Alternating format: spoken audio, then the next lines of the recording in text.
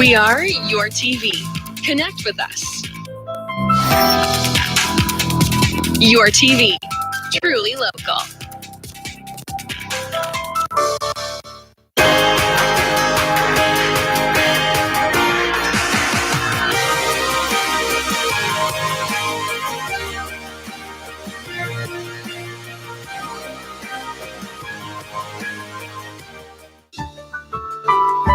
Hi, I'm Wayne Harding, and I'm the president of the Rotary Club of Peterborough. Rotary is proudly celebrating 100 years of service in our community. You're watching Your TV Peterborough, truly local. Think it's okay to drive high? Think again. Drug-impaired driving is as illegal as drunk driving, and in Ontario, the penalties are the same. If police suspect you're driving under the influence of drugs of any kind, or a combination of drugs and alcohol, and you fail a roadside test, your license will be suspended immediately for up to 30 days. You'll pay a penalty of $198. And you can be charged with a criminal offense of impaired driving, the same as alcohol. Driving high is never okay.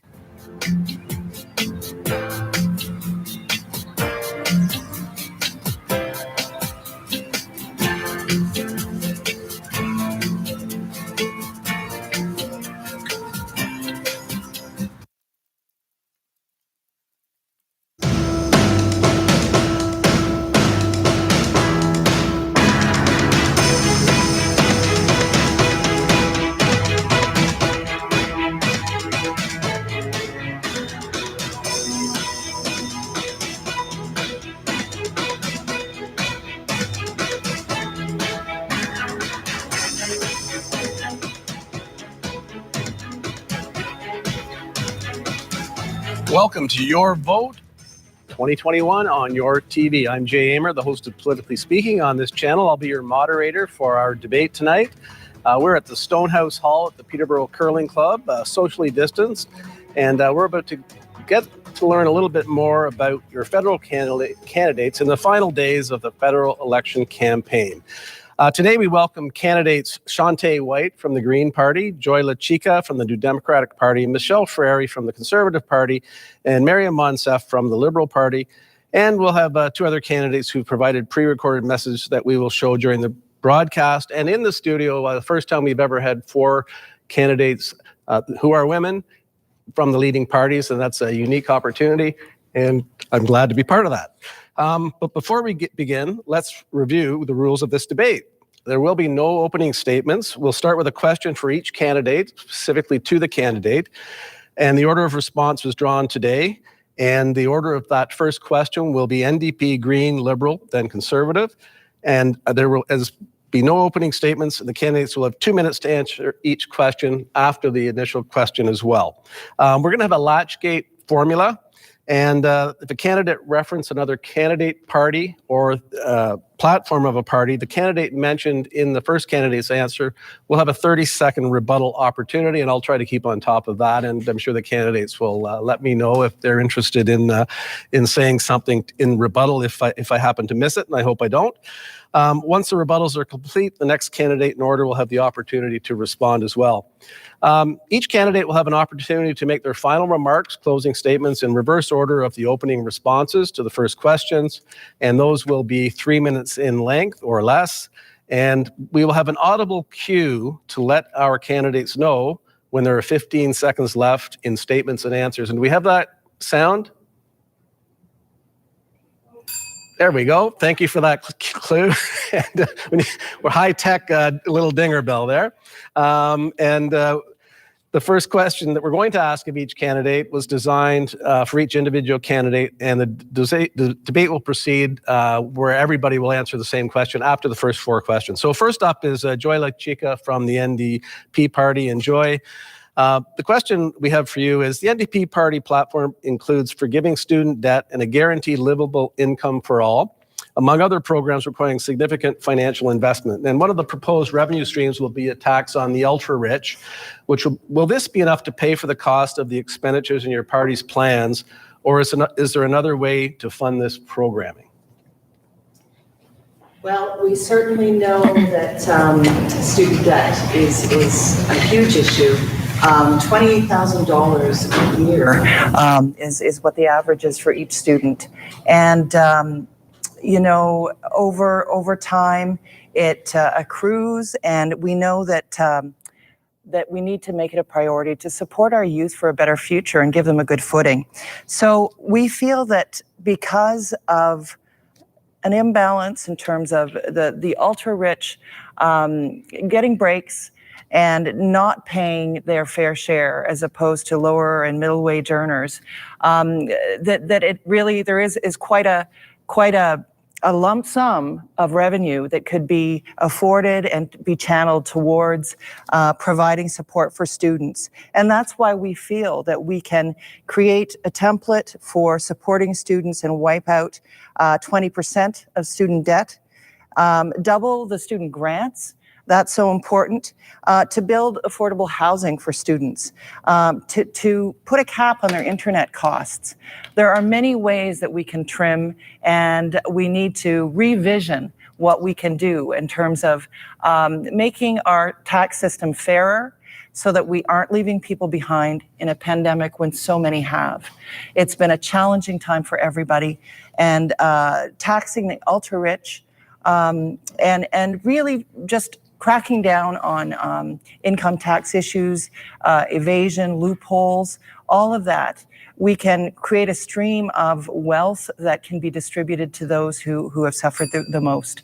So I look forward to supporting that should I be elected, and I'm proud to be with the party that supports communities and youth in this way. Thank you, Joy.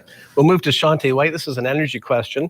Shante, the Green Party platform guarantees that 100% of electricity generated will be produced by renewable resources by 2030. In Ontario this morning, only 30% of the power being generated came from traditional renewable hydro, solar, wind, or biofuels. How will your party convert 70% of nuclear or fossil fuel power to other sources in less than 10 years? Thank you for that question, Jay. So the Green Party has the most aggressive plan when it comes to dealing with the climate crisis. So like you stated in that question, we aim to have a 60% reduction of 2005 levels by 2030, while aiming to be net negative by 2050. So we plan to do this through several different transitions. So first, we want to transition all of those working in the oil and gas industry into a more green economy. So by doing so, this will help aid people who are working in that industry and want to transition out, and also those who know the pressing need that we have to convert from the oil industry that we're so rooted in right now to a cleaner green economy.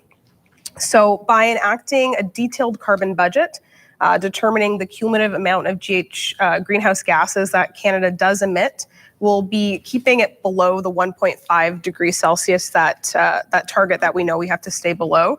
So really just by shifting the jobs and investing in the green economy, that's the way that the Green government will do it. Thanks, Shante. And I'll move to Miriam Monsef. Our question is quite straightforward. Miriam, the Liberal Party has led a minority government since 2019. Under Canada's fixed election policy, the next federal election was not scheduled until October 2023. What was the reason your leader decided to call for a federal election 2 years prior to this date? Thank you so much, Jay. Hello, everybody. Bonjour, Anin. Salam alaikum. We're on Mississauga and Anishinaabe territory in a studio with all women candidates, something that our community should be really proud of. Thank you for letting me be your member of parliament these past 6 years. It's been the honor of my life, and I'm asking for your vote again on September 20th so that we can continue to move our community forward for everyone. We've been working in a minority parliament for some 20 months of the pandemic. And at the beginning, parties were able to come together, and our government had your back, whether it was with business supports, with financial supports directly to families, billions in transfers to provinces around health supports, and keeping you safe.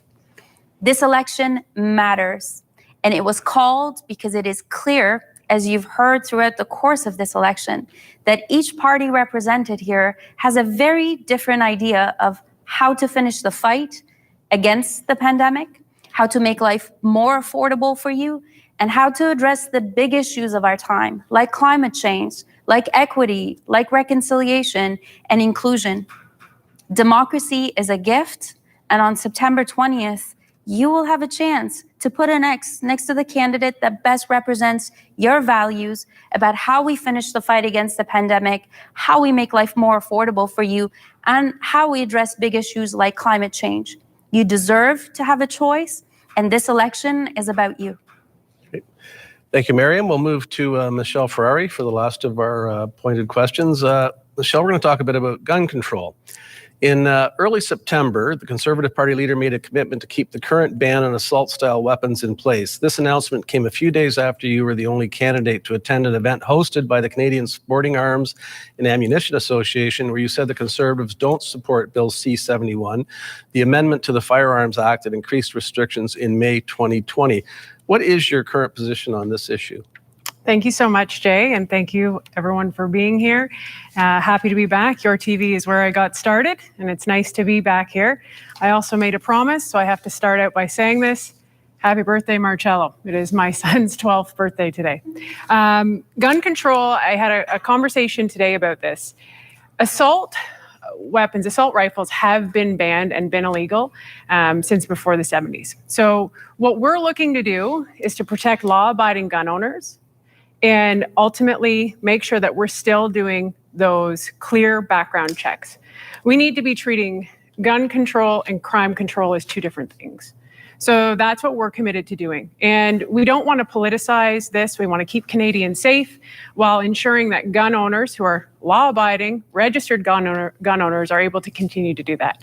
We will investigate Bill C-71, but we're going to look at the function of a gun, not in particular what it actually looks like. So that's our stance on it, and we will continue to support many of the hunters and sustenance hunters and law-abiding gun owners.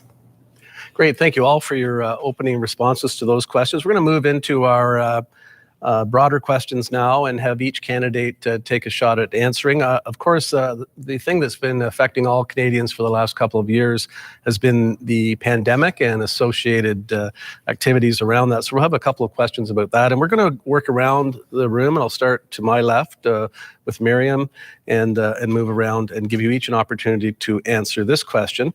The pandemic has had a major impact on the Canadian economy. We're now in a period of recovery with recent job numbers coming closer to pre-pandemic levels. What will your party do to support this continued growth and recovery? Thanks, Jay. This pandemic has been difficult. And if you're watching this at home, you, your loved ones, your neighbors have been hurting. It's not easy to have to put on a mask. It's not easy to have to isolate. If you own a business, you've had to shut down and pivot, and you've had to deal with the economy restarting, not knowing what's going to happen to your employees. If you've got kids, if they've been lucky enough to be able to do online learning, you've had to be there to support them and try and work from home. People are hurting. But thankfully, vaccines are here. And close to 80% of Canadians are vaccinated, our best defense against the virus. Our government had your back. We were able to step forward with billions in investments, and we took on some debt because we had the fiscal room to do so, so you didn't have to.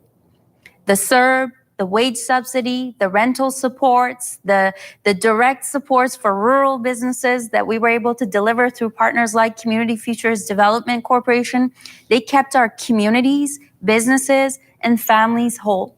We were able to roll out the largest broadband program in Canada's history, and this Christmas, 8,700 households in Peterborough-Kawartha will have access to high-speed internet who didn't have this access last Christmas. We're going to make life more affordable through $10 a day childcare, so parents in our area can save up to $12,000 a year per child. We're going to continue to invest in the Canada Child Benefit, which gives you funds so that you can pay for other costs, like babysitters. We also have a great housing plan and a climate plan, and I look forward to discussing that here tonight. Thanks, Miriam. Michelle, we'll move on to you with the same question. Would you like me to repeat it, or? Okay. Thanks. The pandemic has had a major impact on the Canadian economy. We're now in a period of recovery with recent job numbers close to pre-pandemic levels. What will your party do to support this continued growth? Thank you so much for the question, Jay. And yes, today I spent an hour with a restaurant owner who sold everything she had to open up her dream business.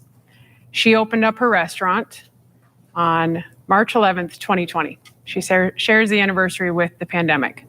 She cannot find staff. She cannot get people to work. She can't survive another lockdown. What is she to do? And I think this is a story across our community of people not being able to find people, not being able to make up those wages lost. As a small business owner myself, I lost 60% of my income in 2020. The Conservative plan is exactly that. It's a recovery plan. How do we recover and move forward? How do we transition people from CERB? How do we get the economy back running? And there's a lot of work to do. And we have a lot of programs in place. The transition program for employers right now is we will subsidize up to 50% for new hires. Another woman came to my office today. She hasn't worked for 2 years, so she would be eligible for this, which is fantastic. She doesn't want to work for $13 an hour. So our government, the Conservative government, will subsidize employers up to 50% to get her back into the workforce. We also have Main Street building grants as well. We are going to be offering loans up to $200,000 as well as infrastructure. So if you are putting infrastructure into your building at $100,000, we will give you a 25% credit. The key to recovery here is to get the economy back on track. The key to recovery here is to get people back to work, just not only for money, but for their mental health. I have one volunteer who's working with me. He's 22 years old, and he feels lost. He needs purpose again, and he needs to work again. Thanks, Michelle. Shante, we'll move over to you for the same question. So the Green Party has, like I stated, the most aggressive action plan for climate action. And through this plan, we'll be able to create millions of jobs. Through the retrofitting of all the buildings in Canada, getting them up to a carbon neutral status. As well, we have a guaranteed livable income that people in Peterborough especially have been pushing for a long time. These supports will help people get out of poverty, something that we see on the streets of Peterborough every day. And the COVID pandemic has made this way more visible. So it's time that we take care of everybody in Canada, not just the seniors with the benefits that we give to them, or the young people that we give the benefits to. It's time to extend a helping hand to everybody. Additionally, the Green government wants to establish the housing and affordability crisis that we're having as a natural emergency, because people need roofs over their heads and they can't afford it. So through these green jobs that we'll be creating, as well as a guaranteed livable income, we'll be able to get out of this COVID-19 pandemic and be back stronger. Thank you. Thanks, Shante. Joy, over to you for the same question. And if you ever do want me to repeat a question, just ask. I'm happy to do it, but we'll assume you might not need me to as we move through. But please feel free to ask. Would you like me to repeat that question? Please. Thank you, Jay. I appreciate it. The pandemic has had a major impact on the Canadian economy, and we're now in a period of recovery with recent job numbers coming close to pre-pandemic levels. What will your party do to support this continued growth? Thank you for the question. One of the things that I've enjoyed the most about the campaign is the youth that have come together to do canvassing door to door. We've also been doing something called Main Streeting. So we've been going to our small and medium-sized businesses on the main street of Peterborough, on Hunter, on Charlotte, on George, and we've been sharing the message of our plan for recovery. It's been a tremendously challenging time for our economy, and it's hard to see those businesses shuttered. And New Democrats have been working diligently during the pandemic. We pushed the Liberal government to increase the rent subsidy from 10%, the wage subsidy, to 75%. That was really important, and we had the foresight. We extended the wage subsidy and rent subsidies while also creating a hiring bonus. That's what we would do for new or rehired staff for small and medium-sized businesses. That would be a plan. We need to create a hard cap, finally, on credit card merchant fees because they are expensive at a maximum of 1%. Universal pharmacare is the way to support all of our families, our communities, as we rise from this pandemic. We're not through with it yet. We've heard about long COVID and what that's created. This will save employers, universal pharmacare, $600 a year for employers per employee, and for families, $500 a year approximately savings in prescription drugs. That will support people going forward. We don't know where we are with the fourth wave.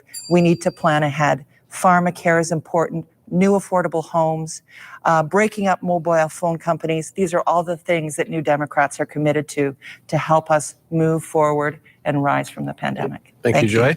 I heard the word liberal from Joy. If you'd like to respond to that section of the question in 30 seconds. Happy Marion? to. Only to add that our government is going to continue the subsidies to businesses until next spring. That hiring benefit offers employers the chance to hold on to their employees and pay them a little bit more so that there is incentive for them to keep working. Okay, can we move on from that question to our second question? We're doing so well. This is great. And the time is going by so quickly too, which is some great answers. Okay, we're going to stick with the pandemic. And this is one that's an issue that's local. It's local in Ontario. It's very topical. We're going to start with Shante, but then we're going to go randomly to the other candidates. So I can't give you a heads up on that. But the same question will be asked to all. Proof of vaccination requirements for access to public spaces and some businesses are being introduced in Ontario next week. Where do you stand on this issue? Start with Shante White. So the Green Party has been advocating for everybody to get vaccinated. If you are able to, I encourage you to get vaccinated today. The only worry that we have is, what are businesses doing with this information? Are they just writing it down and throwing it in the garbage after people come into the restaurants or the gyms? Are you storing this on a database? We want to know what exactly is going to be done with this material, and we'll be more than happy to accept this new legislation. If you think back, most of us already carry a vaccine passport, your yellow immunization card. I myself, I'm quite comfortable carrying that. So for me, a vaccine passport would be perfectly fine. I'm double vaccinated and I'm proud to say that. And I encourage every Canadian who is able to get vaccinated to get vaccinated. I know there are a lot of people who are unable to get vaccinated due to medical status, and we don't want those people to be stigmatized or ridiculed because of their inability to get the vaccine. So again, we support the idea. We just want to know more details about it. Thanks, Shante. We'll move to Miriam Monsef. Miriam, proof of vaccination, your stand on that issue. I think it's smart, and businesses know better than most how vital it is to finish the fight against the virus so that we can get on with life, so that there can be some return to normal. The vaccine has been proven to be safe and effective. Here in Canada, we're fortunate to have it in ample supply, free of charge. Boosters will be available when it's time for them.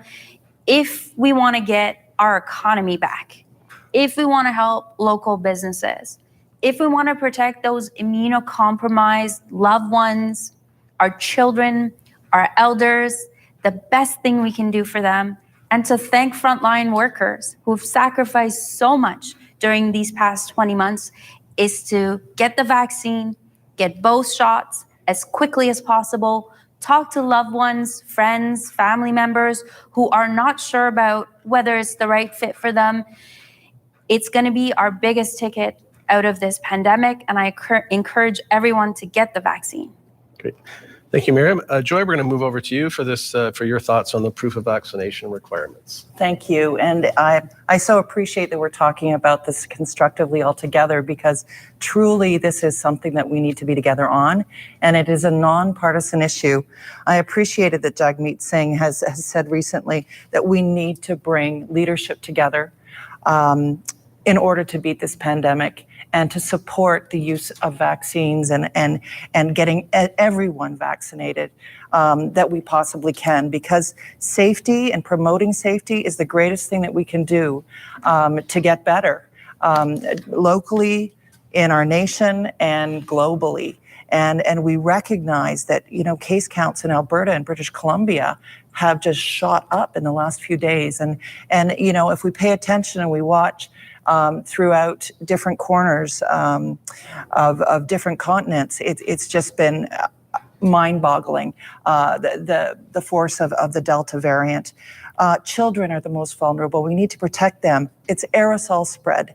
We need to make sure that we're all masked as much as possible, because we can carry, even if we're vaccinated, the variant and not be asymptomatic and not be feeling it. So we have to do everything we possibly can.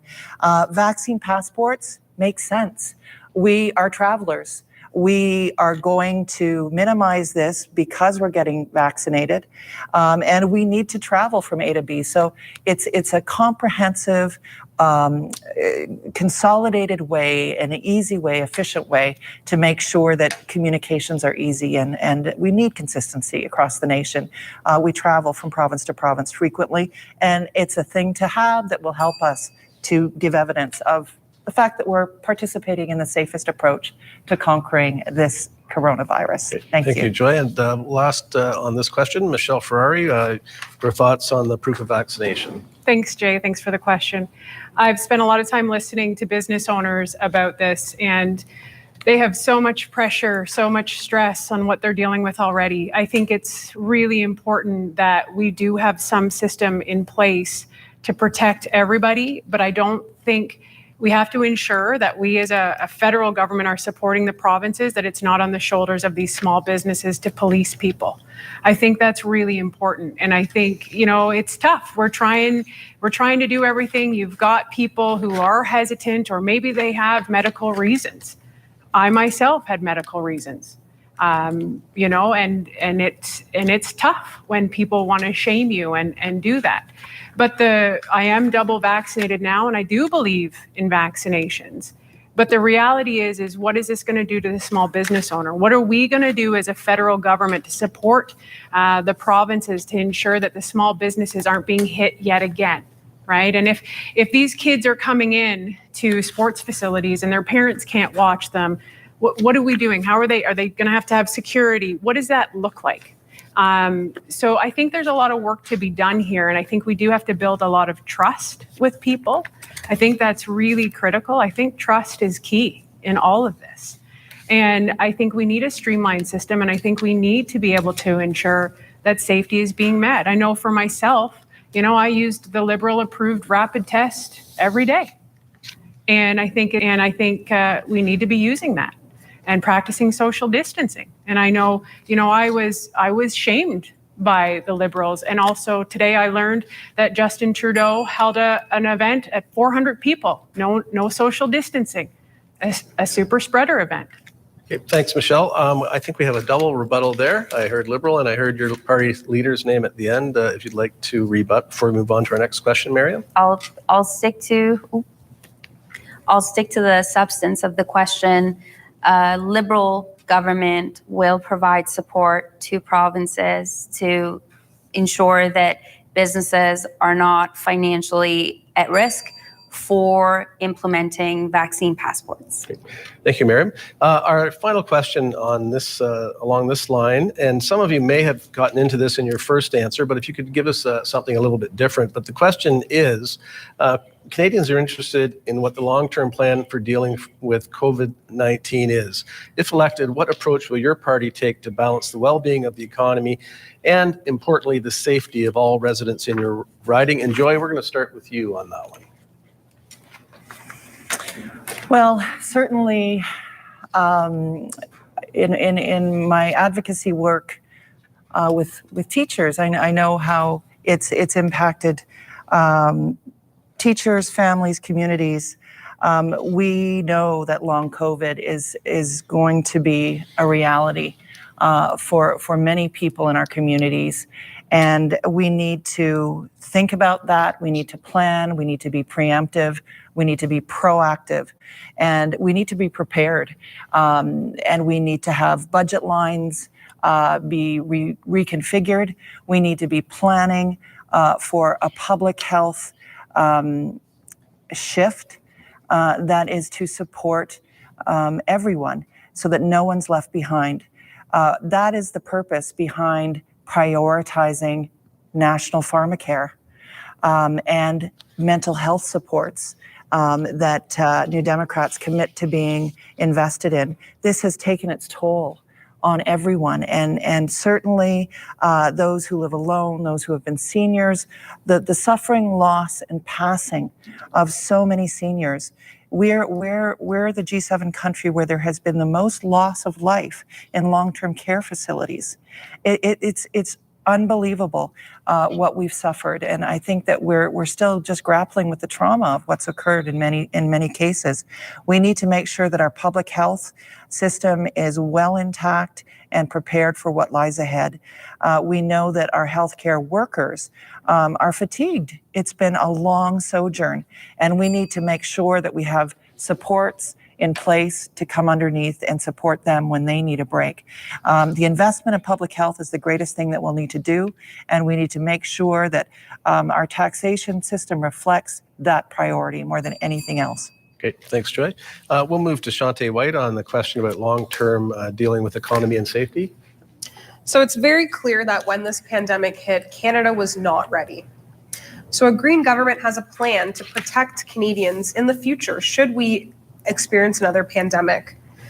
So some of the ways that we will do this is through ordering a public inquiry that evaluates the joint responses between all levels of government with the purpose of examining what went well, what could have been done better, and how to approach things. As well, we wish to create an international rapid response task force, which can be activated immediately when facing an emergency such as COVID-19.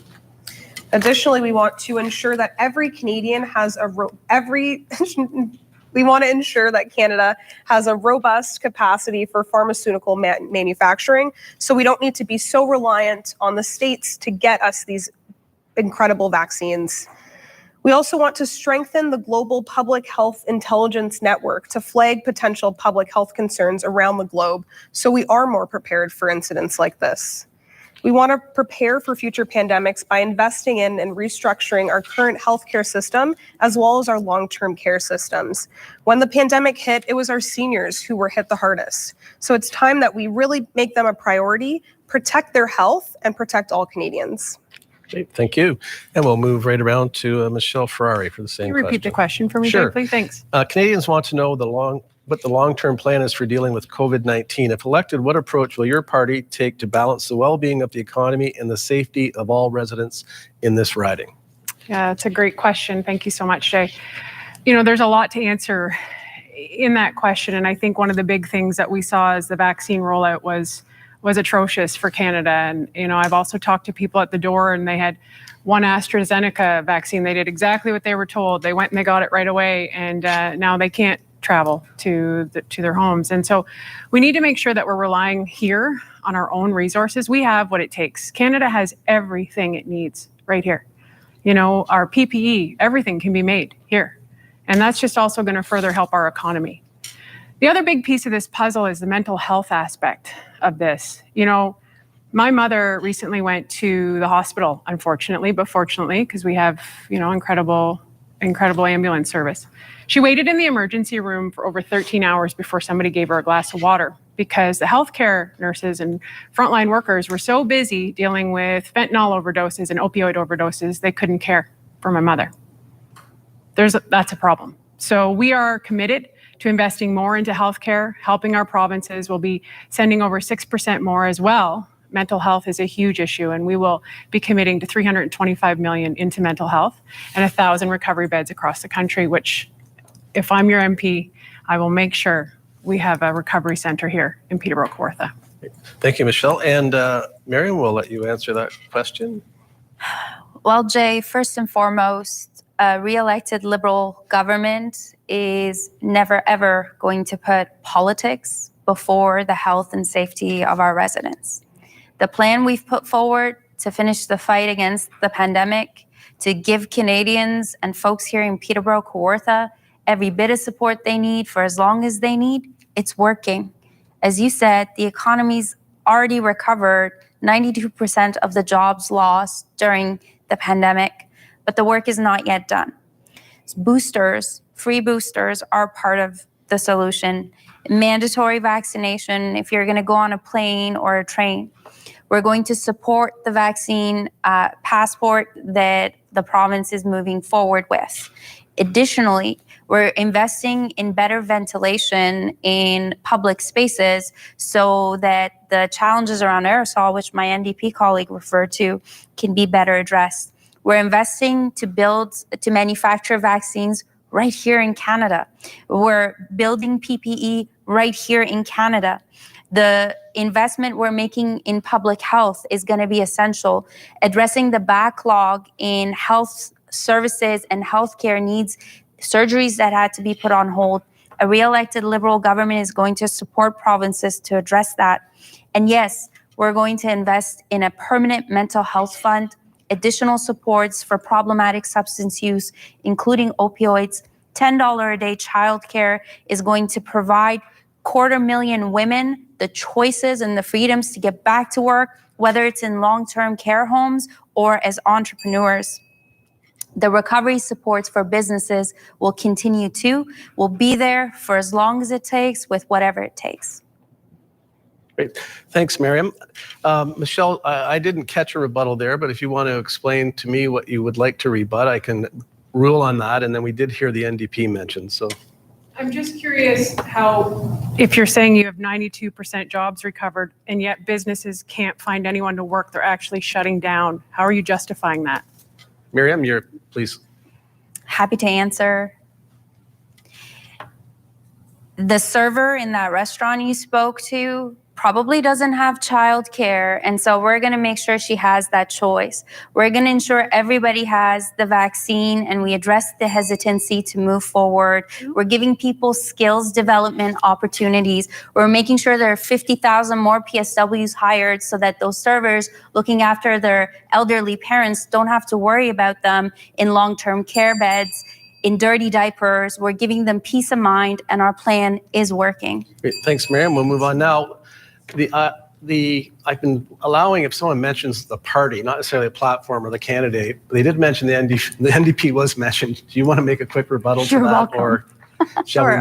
Just on the subject of the vaccines and moving forward, protecting our communities, we need to make sure that the federal government, when there are transfer payments given to provinces because of the pandemic and because of the emergency, we need to make sure there's a mechanism of accountability, that there's a declaring of where the monies are being put and where the investments are being taken. We know that places like schools have really had difficulty with safety, and we know that that's the source of a lot of community spread from province to province throughout this country.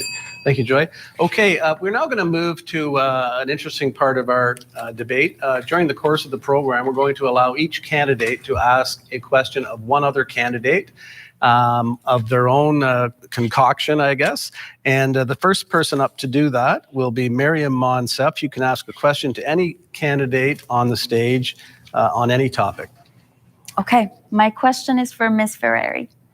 Do you support the People's Party candidate's position that immigration is the cause of our housing shortage? No, I do not. Thank you. Okay, thank you. Hey, we're at a break already. So we're going to take a short break. And before we go off for a couple of messages, we're going to see a brief video from the People's Party of candidate Paul Lawton. And stay with us. We'll be right back on Your Vote 2021. Hi, my name is Paul Lawton, and I'm running for the People's Party of Canada to be your Member of Parliament for Peterborough-Kawartha. Modern Canadian politics has been a history of voting for the Liberals to get rid of the Conservatives, then getting angry at the Liberals and voting Conservative.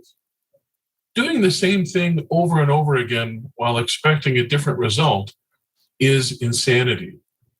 Your Liberal Conservative options this election include further restrictions on your freedom of speech, increasing the $1 trillion federal debt, more corporate bailouts, increases in income tax, carbon taxes, and vaccine passports. What if I told you the People's Party of Canada will break this cycle of insanity? The PPC will protect your freedom of speech and repeal bills C-16, M-103, C-10, and C-36. We will free future generations of Canadians from the crippling federal debt. We will eliminate corporate subsidies and bailouts. We will withdraw Canada from the Paris Agreement on climate change. We will ensure freedom from increased taxes by cutting personal income taxes after the debt has been eliminated.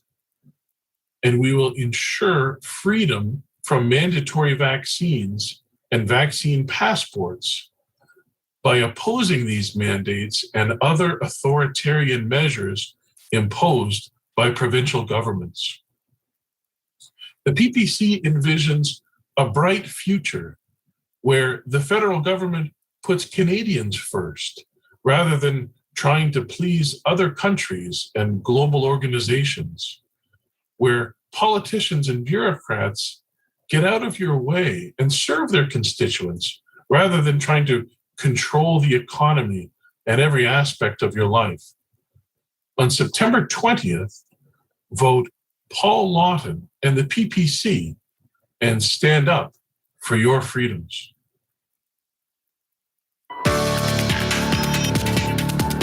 We are your TV.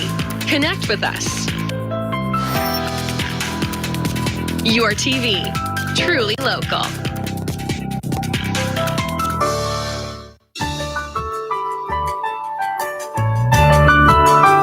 Hi, I'm Coralie Jacobs, the Manager of Development with Easter Seals Ontario. You're watching Your TV, truly local. Hi, I'm four-time world curling champion Glenn Howard. On my rink, we have one rule on the ice: work together as a team. Off the ice, your road safety team works together too. The front end's goal is to keep our roads safe with responsible sales, service, and behavior. The back end ensures that our legislation, enforcement, and campaigning are effective. Thanks for playing your part in keeping Ontario's roads amongst the safest in North America. Visit arrivealive.org to find out more. Arrive Alive, drive sober. There's no greater support than a loved one's embrace. When you participate in the Kidney Walk or support someone who does, you're showing your loved one you've got their back. Whether you're counted on for trips to dialysis, for a transplant, or to lend an ear, there's no end to the support you give. When you walk, you demonstrate just how endless that support is.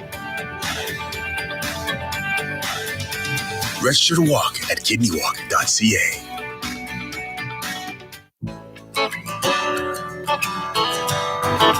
Hi, my name is Andrew Iamaki. I'm the Education Programming Coordinator at the Art Gallery of Peterborough. You're watching Your TV Peterborough, truly local.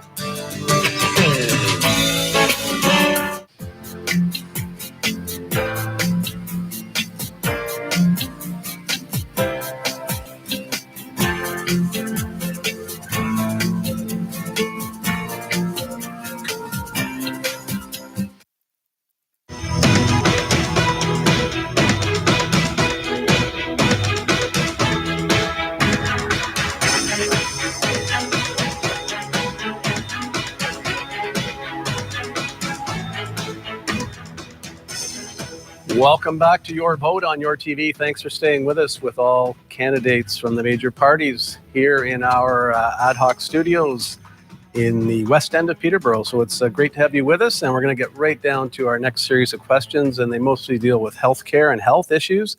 And the first question, we'll start off with Michelle Ferrari answering. Peterborough-Kawartha has one of the highest rates of overdose deaths in Canada. What will your party do to address this issue and to help ease the burden on healthcare services and first responders? Thank you so much for this question, Jay. It's probably my favorite question, and it's actually one of the reasons, if not the biggest reason, why I'm running and why I want to be your member of parliament. My paramedic friends stopped by the other day. Thank you very much, Steve, for dropping off coffee. And he told me in one shift, he answered 13 calls. Outside of our office, which is located downtown, it is an everyday. We have called 911 multiple times on overdoses. 17 people a day die from opioids. My family was one of them. This is a crisis at an exponential level. We need to do better. There's nowhere for them to go. There's nowhere for them to go. And we need to look at not just harm reduction, but recovery. We are committed to $325 million over the next 3 years, 1,000 beds and 50 recovery centers across the country, one of which I am so committed to making sure is in Peterborough-Kawartha. This is personal for me. Mental health needs to be changed how we talk about it. Mental health needs to change how we treat it. And if we don't have anywhere for them to go, this is hurting our police, our paramedics, our healthcare service providers. We can do better, and the Conservative Party of Canada will. Thank you. Thank you, Michelle. And Miriam Monsef, we'll move on to you for the question of what would your party do to address the overdose death issue and help ease the burden on healthcare and first responders?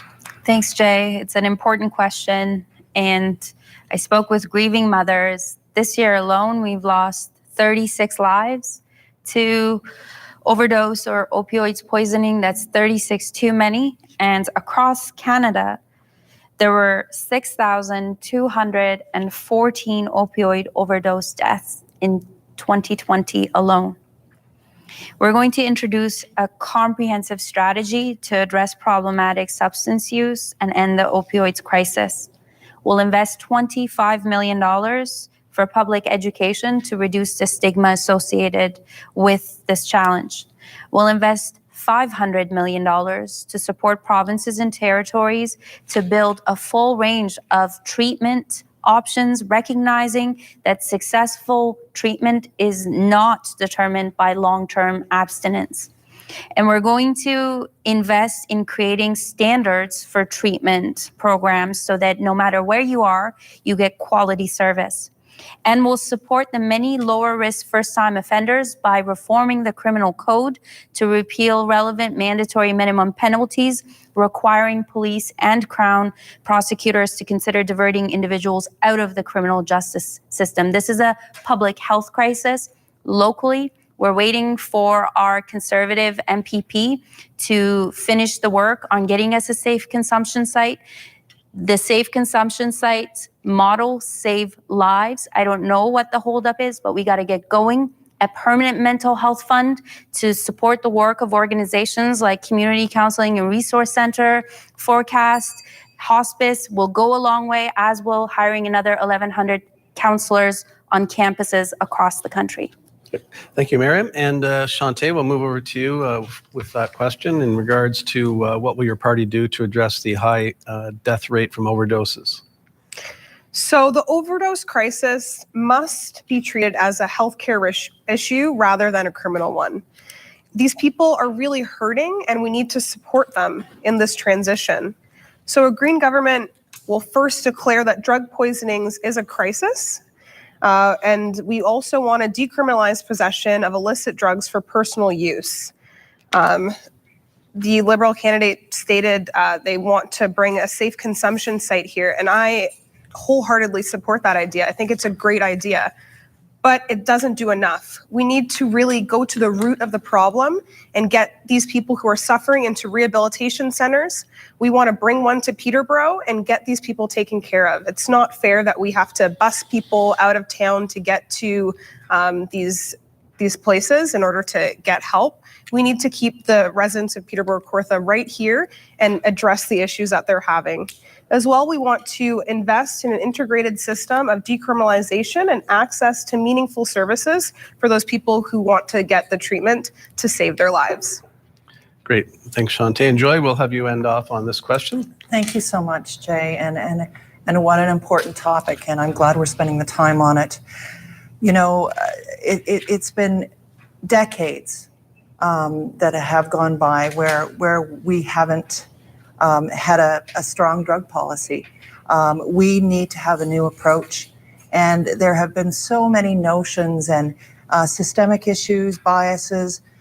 We need to make sure that there's understanding and compassion underneath everything that we do to support this crisis. And it is indeed a public health emergency. And as my fellow candidate mentioned, when we've lost those who are family and nearest and dearest to us, friends, it's just heart-wrenching, and there's nothing that compares to the kind of sorrow when a life is taken too young. We need to end the criminalization and stigmatization of people who use drugs. We need to create a low barrier access to safe supply. We also need to do something on a larger level. There is a role that pharmaceutical companies have played in this crisis, and it's never been fully addressed. We need to impose severe consequences for wrongdoing around this. This was what created a trajectory. We need to expand access to harm reduction treatment centers and recovery services across Canada, and we need to do more to provide resources and supports, therapeutic, all of the things that would be needed to lift people up. And we need to invest in the pharmacare, the national pharmacare, and commitment to mental health as well in order to be able to do this. Great. Thank you, Joy, and thank you all for your answers to those questions. I was mentioned. May I? You were mentioned, and you may take the rebuttal, yes. I agree with my fellow colleague in the Green Party. We need a full suite of options to address this very complex issue. The safe consumption site isn't done yet, but when it is ready to go, with the province having signed up, there will be at least a dozen workers who can wrap around these individuals, provide them peer support, counseling, and wellness. And I too would be supportive of a treatment site right here in Peterborough, because God knows we need one. Thank you, Miriam. And you will be first up for this next question. Canada has offered publicly funded health care for over 70 years. What will your party do to maintain or improve access to the Medicare and the services it provides to Canadians? Let me take this opportunity to thank every single person who's been on the front lines of the fight against the pandemic. I've been, as your MP, on those weekly calls with public health. We've heard the stories of sacrifice and hardship that you've had to deal with. We've heard that you haven't been able to see your loved ones because you know that you got to go back to work the next day. And if you're working in a place where outbreaks are happening, well, you don't want to take that home to your kids. So you slept at Trent University. You slept in hotels, and your service to our community and our country will not be forgotten. A re-elected Liberal government is going to invest in public health because public health works.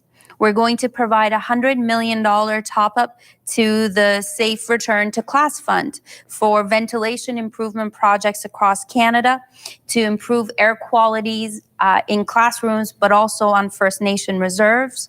We're going to provide funding for a new pillar to focus on ventilation.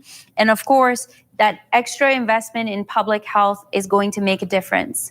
The billions that are going to move forward in mental health supports will make a difference. We're going to make sure that every resident, whether you live in rural communities, small communities, or urban centers, have access to primary care team because you deserve so. Our high-speed internet program means that you can receive those services digitally right from your home, and I know that that's going to matter. The supports that we're going to give students also include debt relief and incentives. So if you choose to set up shop in a rural community, we'll give you more debt relief. Great. Thank you, Miriam. Shante White, we'll move over to you for this question about Canada's public health care system and what your party will do to maintain or improve it. Are you able to repeat the whole question for me, please? Canada has offered publicly funded health care for over 70 years. What will your party do to maintain or improve access to Medicare and the services it provides to Canadians? So the Green Party definitely wants to expand on the great work that Canada is already doing in the healthcare industry.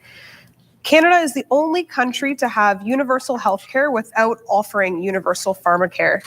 It's important that we expand the Canada Health Act by fully funding a universal pharmacare program. By doing so, we'll ensure that quality prescription drug coverage is available for all Canadians, so that no Canadian skips, stretches, or simply doesn't take their medication because they can't afford it. Something that we see happening more and more, especially with individuals who are suffering with diabetes as well. You see that they're rationing their insulin because it's so expensive, especially for people who do not have coverage for that. As well, the Green government will restore the Canada Health Accord. So by increasing health transfers, by basing them on demographics and real healthcare needs in each province, replacing the current formula based on GDP growth introduced by the Harper government and retained by the Liberals. We really want to support those, especially working in the healthcare industry. We've learned through the pandemic how important and how much we really rely on our nurses and doctors and all of those in that field. We really want to increase the support that we're giving to these individuals. As well, we want to increase or expand telemedicine. We want people to be able to access doctors no matter if you have internet service or not. So by allowing this expansion of telemedicine, more people will be able to have access and we'll be able to help more Canadians. Great. Thank you. Joy, we'll move to you on that question. Thank you, Jay. Appreciate it. We need to fight for better in our healthcare system, and New Democrats believe that so strongly. We want to deliver healthcare that Canadians need, and we have a plan to expand services.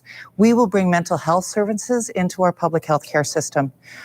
We'll implement mental health care for uninsured Canadians, and our universal public pharmacare, as I've talked about earlier, will include prescription medication for mental health care as well, and it will be available free of cost to Canadians. We'll work with provinces and put together a comprehensive approach to mental health services. We believe that no new parent should struggle alone, and we want to implement national perinatal mental health strategy to support growing families before and after birth. Finally, the big one that is so important is dental care. The NDP is committed to ensuring Canadian families get the dental care they need. We propose that 6.7 million people in Canada with an income less than $90,000 a year would be able to access the dental services they need. With our plan, families would save at least $1,240 a year. We're committed to this. It's time we expand public health and healthcare. We're in a pandemic and we need to rise from it in a healthy and safe way. This is the plan. Thank you. And finally on this question, Michelle, the publicly funded healthcare, what will your party do to maintain or improve it? Well, I'll tell you what we wouldn't do. We wouldn't call an election in the middle of a pandemic and a Delta-driven fourth wave. We certainly wouldn't do that. And, you know, we heard earlier debt relief from Ms. Monsef, and I think that's quite laughable. This debt that we're under right now, over $1 trillion, is what is actually compromising our healthcare services. And if we don't get it under control, it's going to get worse. So we are committed to getting the economy under control, and we will be transferring 6% to provinces to help them. Thanks, Michelle. And Miriam, you have an opportunity to rebut. I get an opportunity to rebut a couple of times, right? Yes, I didn't want to mention that, but you're welcome to respond. Okay. If re-elected, a Liberal government will strengthen federal powers under the Canada Health Act to deduct health transfers from provinces who enable extra billing for publicly insured services to protect the integrity of our universal public healthcare system. With Liberals, you can count on us that we believe in a universal public healthcare system. It is a treasure that we need to invest, and you can count on my leader and myself to be very clear about our position.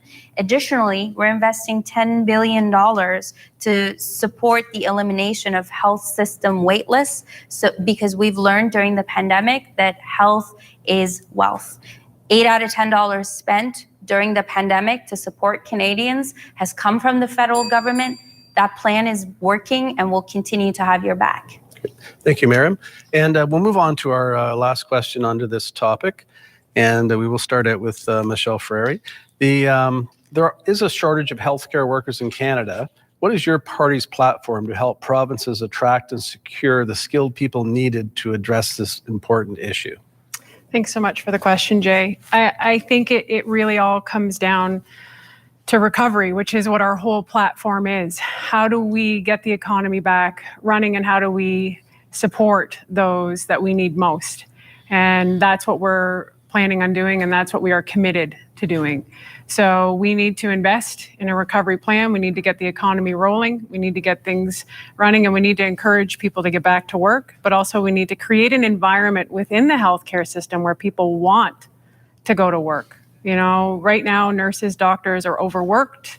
They're stressed, as I mentioned earlier, about my mother being in there. What is happening to these healthcare workers where they're not even able to do their job? They're not even able to take a bathroom break. How do we support them?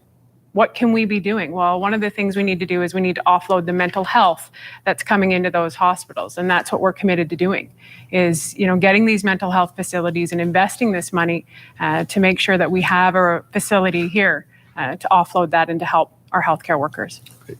Thank you, Michelle. And Shante, we'll move over to you on that question in regards to shortage of healthcare workers and your party's platform to help attract them. So in order to build back better and get out of this pandemic, we need to help those who have been helping Canada get through this crisis the most.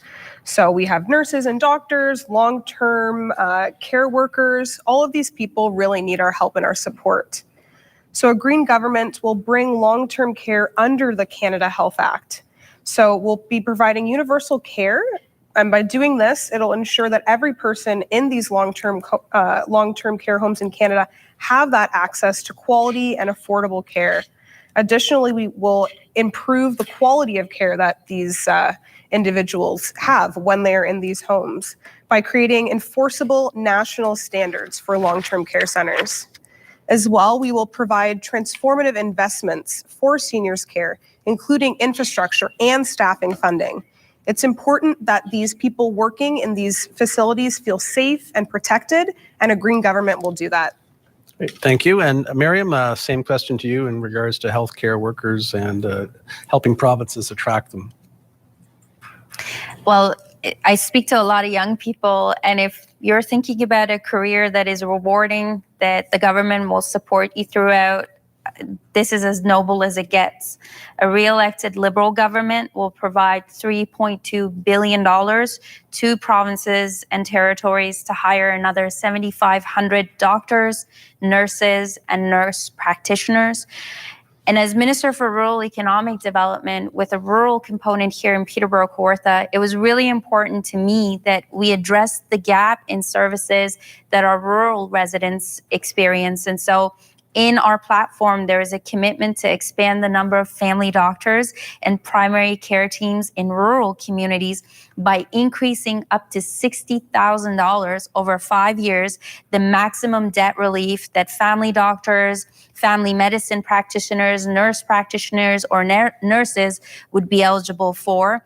We'd expand the list of professionals eligible for this forgiveness debt to include dentists, social workers, psychologists, midwives, hygienists, and childhood educators, teachers, so that rural communities have access to the same care systems. And we're going to offer healthcare professionals who are just starting out in their careers a one-time income tax deduction up to $15,000 over their first 3 years in practice to help them with the cost of setting up their practice and review what is currently happening to make sure we have a better understanding of the gaps and continue to fill them. But the best thing we can all do right now is to finish the fight against the pandemic, get vaccinated so that life can return to normal and the pressure on our current healthcare providers can calm down a little bit. Great. Thank you, Miriam. And for the last response to this question, I'll move to Joy LaChica. Thank you so much, Jay. It's front of mind. Absolutely. We need to be making sure that we have the healthcare supports in place. We need good jobs. We need programs and incentives. We need youth incentives. We need mentorships. And we also need to explore further internships in many areas, in the trades and in lots of areas that our communities will need support. We need to increase possibilities around co-ops. And we do need to look outside the box. We need to look outside the catchment, and appreciating previous statements about communities more widely in our nation. However, I take the opportunity to talk about immigration. This is something that absolutely needs to be brought to the forefront. Newcomers to Canada are highly skilled and have qualifications in many areas, but there are many obstacles that are still in place, and it's something that we need to be proactive at. We need to help our newcomers contribute to our economy and contribute to our moving out of COVID, to our pandemic recovery by improving foreign credential recognition.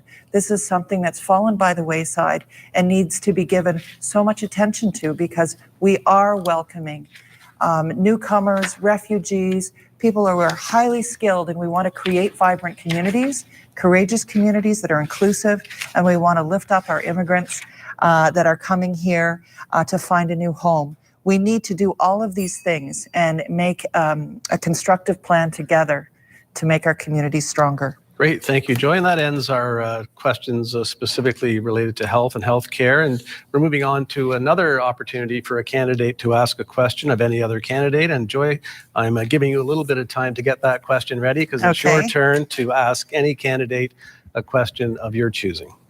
Yes. So I'm going to ask my esteemed colleague, Ms. Monsef, this question. Liberals promised pharmacare. They have in the past. And this would save businesses quite a bit annually, and it would also be savings for families. But Liberals voted against the NDP bill to bring about and commit to national pharmacare. Can you explain the rationale for this? Because it is something that you had promised in the past. Thank you, Ms. LaChica. We are definitely committed to pharmacare, and we are open to signing agreements with provinces and territories who want to move forward with us on this. The Prime Minister has been there and will continue to be there. We've got agreements moving with those who want to work with us. So we'll work with those who are willing to move forward with us, just like we'll work with provinces and territories willing to work with us on universal early learning and childcare. As you can appreciate, these are complex negotiations with each province and territory having their own unique needs and realities, but it is possible to move forward. And as you saw with childcare, we've got 8 agreements in place. We're open to doing the same with pharmacare. Great. Thank you for the question and the response. And our next question has to do with Indigenous affairs. And Joy, we're keeping you on the hot seat. We're going to start with you. We have one question on this issue, and after this round of questions, we will be taking a quick break. Canadian governments have struggled with addressing historic treatment of Indigenous peoples for many years. How important is this issue to you, and what will your party do to find common ground on many unresolved concerns? Thank you, Jay, for the question, and it's a question that's very close to my heart. This is something as an educator that has been part of my world, and as an ally, I have sought to be responsive in all the ways I can in leadership and as an educator. It means so much that we address the Truth and Reconciliation calls to action. What our Indigenous communities have had to face in these recent weeks and months around discoveries of unmarked graves, it's just beyond belief. The suffering, the impact, the triggering, all the trauma, it's intergenerational, and we need to respond to this in an appropriate way, in the measure that's required. And I would seek to, if I were elected, to build relationships, to begin relationships with our local Indigenous community at Curve Lake First Nations. We had a tremendous opportunity to talk together the other evening, and there's so much around reconciliation that needs to be done. We need to have, or we would like to have elders and community leaders lead us towards a healing path forward, as is described by the national chief. We need to do that. We need to have a nation-to-nation relationship.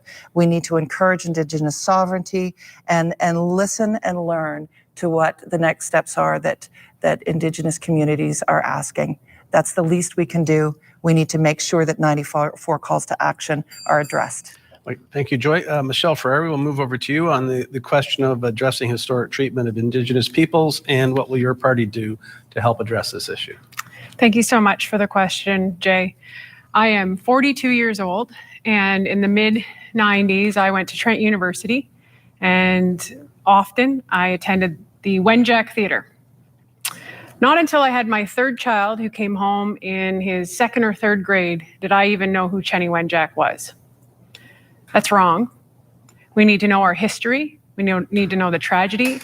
The Conservative Party of Canada is committed to ensuring that the proper education is taught to students, and I think that's critical.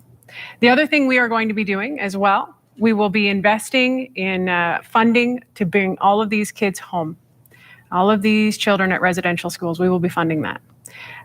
Truth and Reconciliation 71 through 76, we will be also fulfilling that. We will be erecting a national monument in Ottawa, and we will work closely with Indigenous people in terms of our mental health plan. We will be creating custom plans for Indigenous people because it needs to be customized.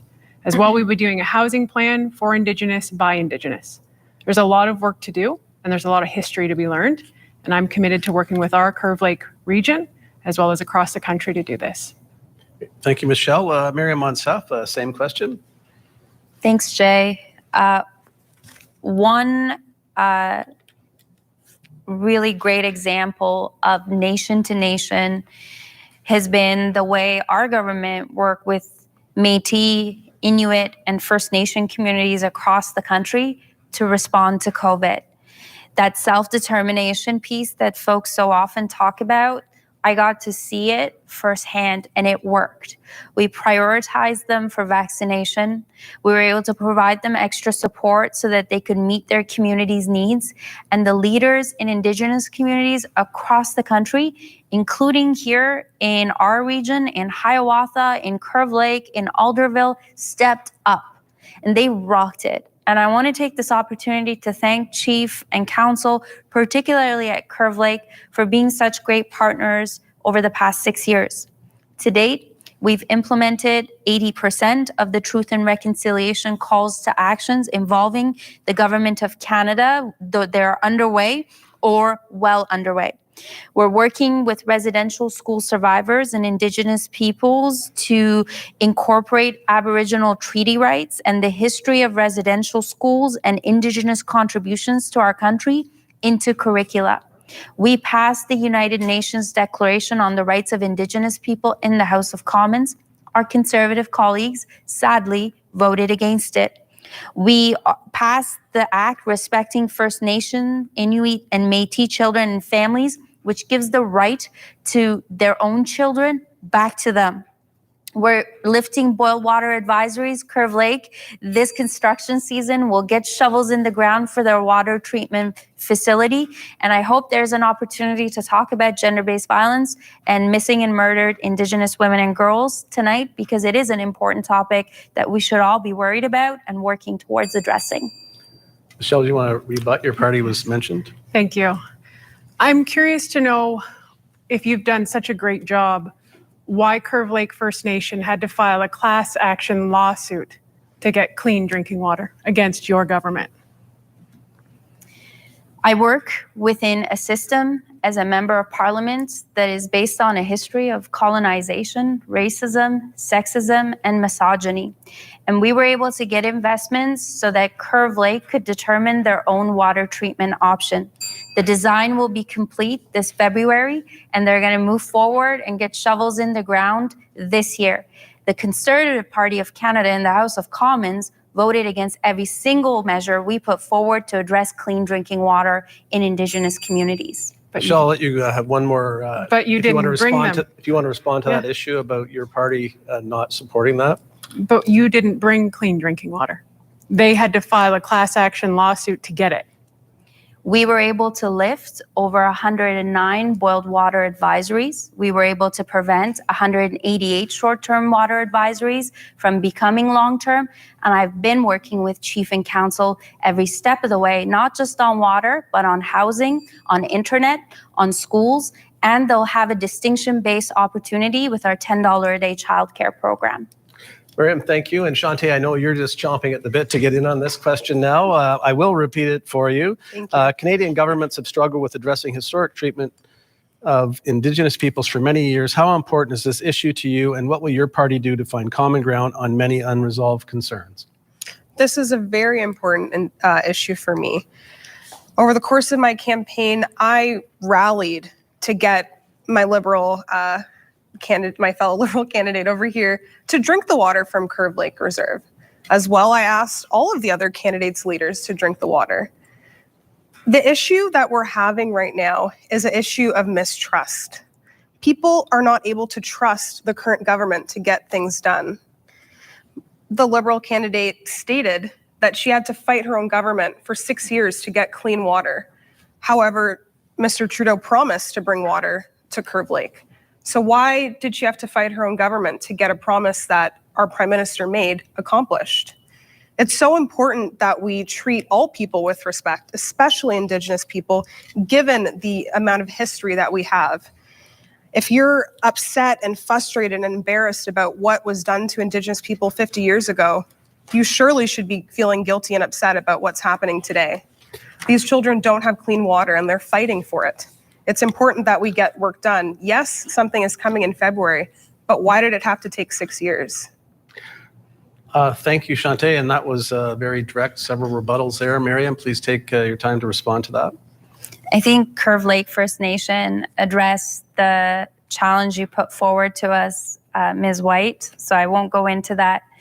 But I will say that this work of addressing a history of colonization, it's undoing the burdens of hundreds of years. And the job in Ottawa is to fight for your community.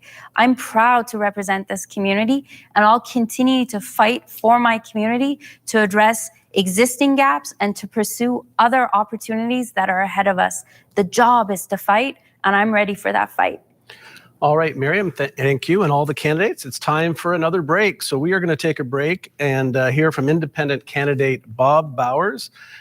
Listen to his words and a few messages, and we'll be right back to Your Vote 2021. Stay with us. Hi, folks. This is Robert Bowers. I've got Parkinson's disease and shake, but I'm as sharp as a whip. The fact is, we're going to talk about the revitalization of Peterborough. We've gone through a period of time now for almost 60 years without any big business coming to town. There's been a lot of small stuff, but like we had nothing like CGE or Outboard Marine or West Cox. All these businesses have left town, and like it's left our city devastated. And there's nothing to replace it. And it's been like this for 50 or 60 years. Our politicians have done nothing, and our businesses have faltered. And all that you can get here nowadays is a minimum wage job. It's not a good situation. Peterborough needs to sharpen up on who they're electing to Parliament. The fact is, we've had a lot of people come and go over the years, and they've done nothing about replacing or at least initiating new business enterprises. And we need this to happen again. I don't know if I can do it, but I'll tell you something. I'm not going to take a no for an answer. The fact is, if people want certain things, they have to go for it. And I'm willing to go for it. And the education system that we have in town here is excellent. We've got two colleges.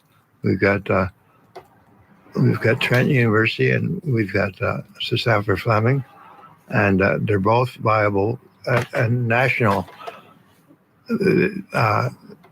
education systems. They're well known across the world, and we should have better communication with the students.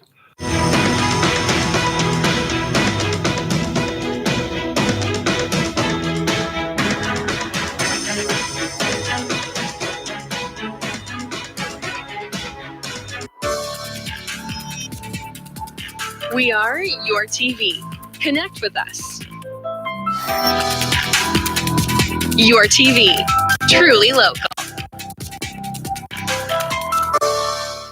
Your TV's From the Archives takes a look back and revisits the Ontario Summer Games that took place in July of 1986. Highlights from 35 years ago in Peterborough will be featured.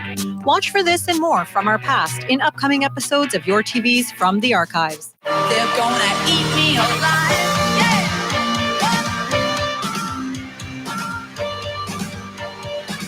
If I stop.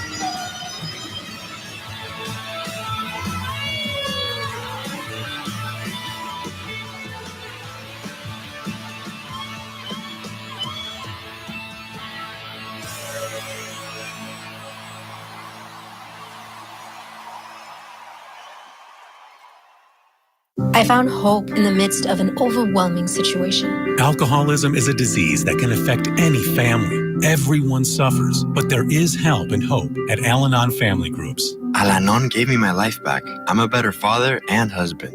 Are you in an overwhelming situation because of someone else's drinking? Al-Anon and Alateen can help. Local and virtual meetings are available. Maybe one could work for you. Call 1-866-200-0033 or visit alanon.org/hope. Hello, I'm Sean Moore, the Executive Director of the Peterborough Humane Society, and you're watching Your TV Peterborough, truly local.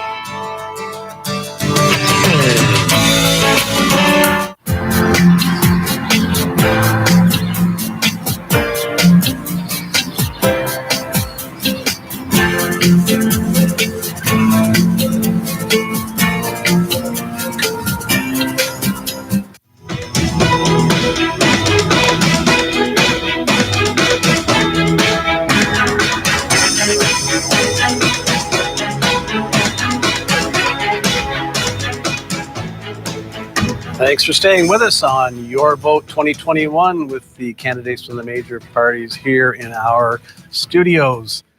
Thank you so much for staying with us. We're going to move on to an important topic in our region, in Peterborough-Kawartha and in other areas, but we want to get perspectives on housing from our candidates. And Shante White will be the first respondent to this question. Peterborough-Kawartha has an affordable housing crisis and rising costs for housing of all kinds.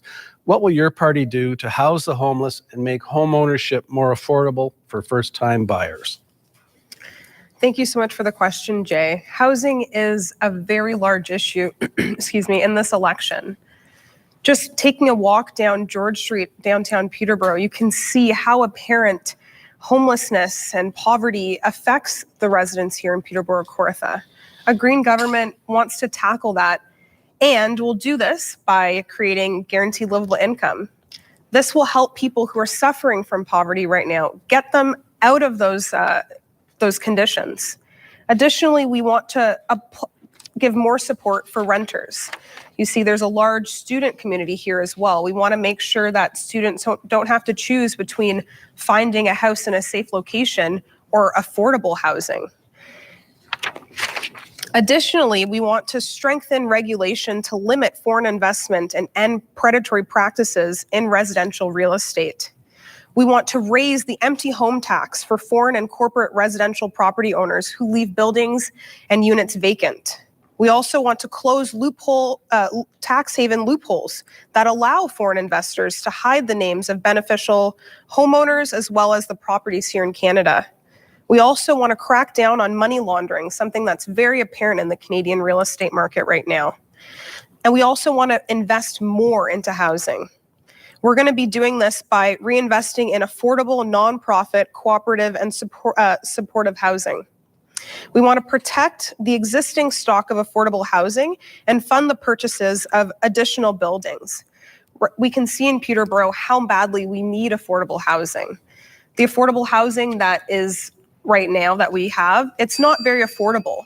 So it's time to give residents of Peterborough-Kawartha something that they can not only afford, but they can be proud to own. Thank you. Thank you, Shantae. We'll move to Michelle. Thank you so much for the question, Jay. This is obviously a huge issue. Lots of people in my family know this firsthand. I tell the story. I bought my first house in 2002 for $155,000. I knocked on the door because they had a Michelle Ferrari sign on their lawn, thank you, and they told me they bought it for over $600,000. I've spent a lot of this is awful. We can't have this anymore, but we also can't let the people who've bought in at this market value lose the equity that they've put in. You know, this is a supply and demand issue, and we need to open up supply. We need to get out of the way to let people who know what they're doing do it. We have incredible people in this community that know what they're doing and know how to get houses up fast and well. And I'm going to give a shout out to the Maloney family because I think they know what they're doing and we need to look into more of that. The other thing we need to do as a small business owner, I can tell you getting a mortgage is a nightmare. So the Conservative Party of Canada is going to make sure that it's not a nightmare anymore. We need to increase the amortization for mortgages for new home buyers, but also we need to decrease the mortgage stress test for small business owners. We have a lot to do. We need to build, and we are committed to building over a million homes in the next year.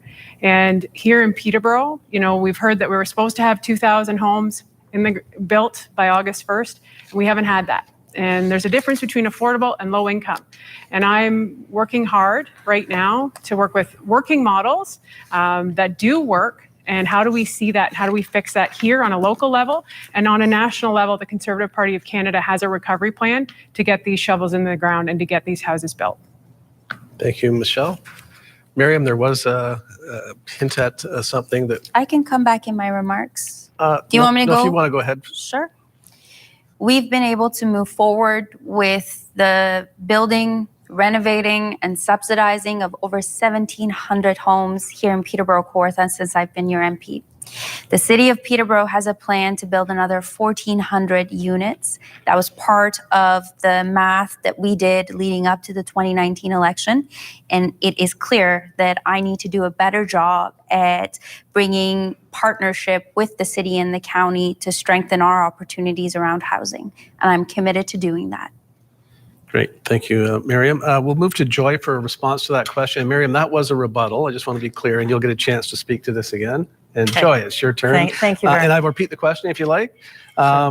We have a housing crisis, rising costs of all kinds. What would your party do to house the homeless and make home ownership more affordable for first-time buyers? Thank you so much, Jay. I'm going to begin talking about our seniors because they have invested so much in us, in younger generations and their children, and we need to respect the fact that our seniors need to live in dignity and in security and live in a safe place to call home. We know, and I'll speak to long-term care briefly because it is a housing issue. We need to take long-term care out of being a for-profit enterprise. We need to have public long-term care that is affordable and that families can afford and seniors can afford. And we also need it for their safety and protection and for their dignity. And we've learned that from this pandemic, and we need to proclaim this loudly. This needs to be a priority going forward, and New Democrats are committed to it. We need also to build accessible, affordable housing to increase choices for seniors. When I went to Kinmount and talked to seniors there, they said, we've waited and waited, and there has not been any creation of new seniors projects at all. And there's very little housing available. And what there is far too expensive. We need to build affordable homes for our most vulnerable Canadians and our Indigenous communities, urban and on reserves. We need to build housing. We need to take care of this issue. We need to have affordable rental properties for our youth, for our seniors, for families, and we need to make sure that we crack down on the wealthy speculators that have been spoken of, house flipping, foreign investors, and all that drives up our house prices to 30% in this last 8 months. It's unreal, and it needs to be stopped. Thank you, Joy. And Miriam, what will your party do to house the homeless and make home ownership more affordable? I've stayed in a shelter. I've couch surfed. I've lived in social housing. I understand that a home, a safe roof over your head, is more than that. It's a place you piece your life back together and get to contribute to your community, to heal and to give back. The Liberal Party of Canada believes that housing is a human right. We'll address both the supply and demand side of the equation by investing to build 1.4 million more homes. We'll ensure that we're providing additional supports to municipalities like here in Peterborough, who have great plans but are stuck in process. So the accelerator funds that we'll move forward with will enable communities to build and get shovels in the ground. For first-time homebuyers, in my generation particularly, it's hard to get that first home. We'll help you save up to $40,000 for that first down payment, tax-free. We'll help you save on your mortgage, and we're going to enable opportunities to add secondary units to your residence.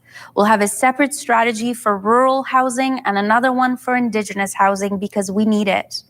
Here in Peterborough, we've been able to move forward and provide over 1,700 families a place to call home, and I'm proud of that. But I walk down from my office just to Silver Bean, and I see people without hope, without a place to call home, who feel abandoned, and that's what drives me to keep fighting for you. I know what it's like to not have a place to call home, and I know what it's like to have a safe roof over my head and feel like I belong, and that drives me to be a strong advocate for you in Ottawa. Great. Thank you, Miriam. We're going to move to our candidate asking another candidate a question. Shante White, we'll give you an opportunity now to ask a question to the candidate of your choice on any topic. So my question is for you, Michelle. More than 50% of your own government voted against a motion stating that climate change is real. How can Canadians trust you and your government to fight for something that they don't even believe is real? Thanks, Shante. We do believe climate change is real.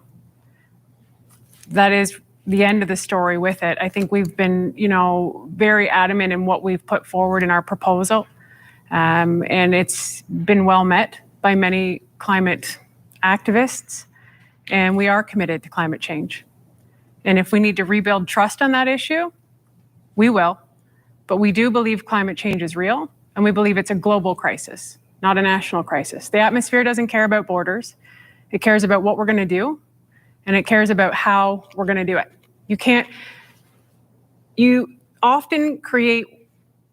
When you fix one problem, you often create another problem. So we have to be very forward thinking, and we are. And our climate change is all outlined in this beautiful handy book that I encourage everybody to look at, and it's been acclaimed multiple times over as one of the best in also creating jobs. Great. Thank you, Michelle, and thank you, Shante, for that question. Our next question has to do with retirement and seniors. Miriam Munsef, we'll start with you. Peterborough-Kawartha has a high percentage of seniors. What policies will your party introduce to support this important segment of our population? And are there any plans to make changes to old age security or the Canada Pension Plan eligibility for those? And what would your party do to help this growing population? Thanks, Jay. Today, for the first time in almost 2 years, I was in a retirement facility, and I had the privilege of hearing from elders in our community who I think even like that I visited because they've had to isolate, and those who care for them, their jobs have become even more difficult. And let me take this opportunity to thank every single personal support worker, every single administrator in long-term care, in retirement facilities, in our community. You are heroes. You went back to work when there were outbreaks in those facilities. And we appreciate you. A re-elected Liberal government is going to move forward with standards in long-term care in partnership with provinces. We're going to support provinces so that there are 50,000 more PSWs working. We're going to give those PSWs a pay raise, $25, so that they stay in those jobs and don't feel the need to work multiple jobs. We're going to continue with the New Horizons program, which in our community has supported dozens of establishments to become more accessible and more inclusive for elders in our community and offer programming that enhances their quality of life. We're going to strengthen the GIS by bumping it up another 10%, and we're going to ensure that seniors stay in home longer so that they can age at home. And we're going to do that by providing that secondary unit housing option that I mentioned earlier, but also provide them with additional wraparound supports so that they can stay at home longer. For those caregivers that I've spoken to in this past 6 years, but particularly during the pandemic, we're going to increase the benefits you get because your work is so incredibly essential, and we appreciate you. Great. Thank you, Miriam. We will now move to Michelle Ferrari. The same question about policies to support seniors and any changes to the pension plans. Thank you so much for the question, Jay. I've spent a lot of time on the phone with seniors. I've spent a lot of time at the doors talking to seniors, and some of it's heartbreaking, the amount of seniors who are using food banks. These are the most important people. They got us to where we are. And the best way to help seniors right now is to stabilize the economy. We need to get the economy under control so we can get their rent under control, so we can get food prices under control. This is critical. But we also look at other things in terms of long-term care. What are we going to do to regulate that? We are going to do that as well. We had a lot of seniors, I heard, who didn't realize, based on what was told to them, that when they served their GIS, they were going to be taxed. So we're going to help with that as well, make sure that doesn't happen again in terms of clear communication. We have a lot in terms of happening with our Canada Conservatives. We'll double the Canada Workers Benefit up to a maximum of $2,800 for individuals or $5,000 for families. We also are going to be protecting pensions. In 2008, Sears Canada employees had their pension checks cut by 30%. Canada's Conservatives will change legislation to ensure that pensioners have priority over corporate elites in bankruptcy or restructuring. My parents are seniors, and I know that OAS isn't enough to live off of. And so I think as a Conservative government and our plan to recover the economy, we need to get things stabilized in order to be able to offer these seniors more. Great. Thanks, Michelle. We'll move to Shante White on the question of senior support. So it's very apparent that there are serious gaps in the federal government's policies, systems, and services designed to protect our seniors. The Green Party of Canada knows that seniors deserve better, which is why a Green government will fully fund a national dementia strategy.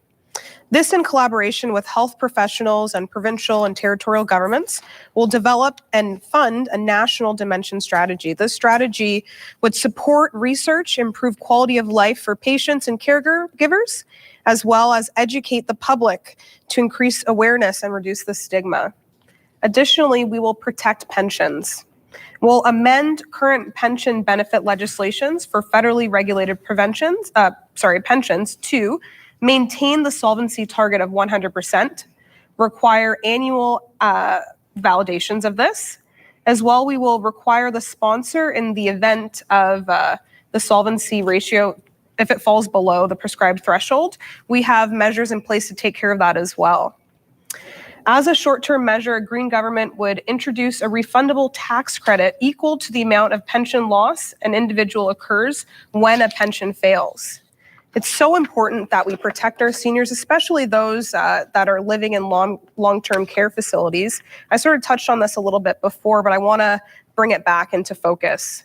These people that are living in these long-term care homes oftentimes face a lot of abuse and discrimination, and it's really important that we work together to protect these people. So a Green government wishes to also ensure that there is prevention tactics in place. So we'll establish a federal office for the seniors advocates to provide systematic oversight and leadership on issues related to these issues. It's important that we reduce the amount or eliminate totally the amount of elder abuse that happens in these facilities, and we want to take good care of our seniors. Thank you. Joy La Chica. Thank you, Jay. We can't let our seniors live in financial insecurity, poverty, and isolation. They've suffered so much. And as stated earlier, with publicly funded long-term care, we can safely, consistently regulate it, and we can create, and this is what New Democrats are committed to, a care guarantee for seniors, including national care standards that can be established. Seniors' poverty is increasing, and we see seniors in precarious housing and experiencing food insecurity, especially during this pandemic. We need to do something about this. We need to support them in ways like building accessible, affordable housing to increase their choices. We need to end pension theft. That's been something that's going on, and we need to ensure that senior pensions are at the front of the line when corporations fail. We need to improve services for seniors living in remote and more rural communities. We need to make sure that we're listening, that we're supporting, that we're caring for them. When I visited the seniors' home on Clonsilla just a couple of weeks ago and spoke to Doreen, I was just so impressed at the engagement. Doreen said that she really cared, and take this back, Joy, she said, election reform still needs to happen. It's really important. And gun control, she said, I have children and I have grandchildren, and we need to make sure our children are safe and guns are out of children's hands.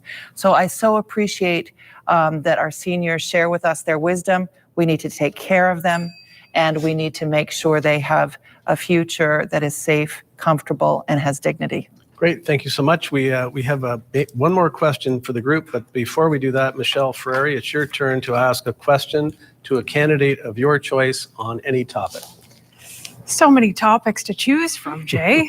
I'm going to ask Ms. Monsef, and my question is, how are you proud of a government and a prime minister who takes money from charity and pays his family, is been charged a bunch against the ethics committee multiple times?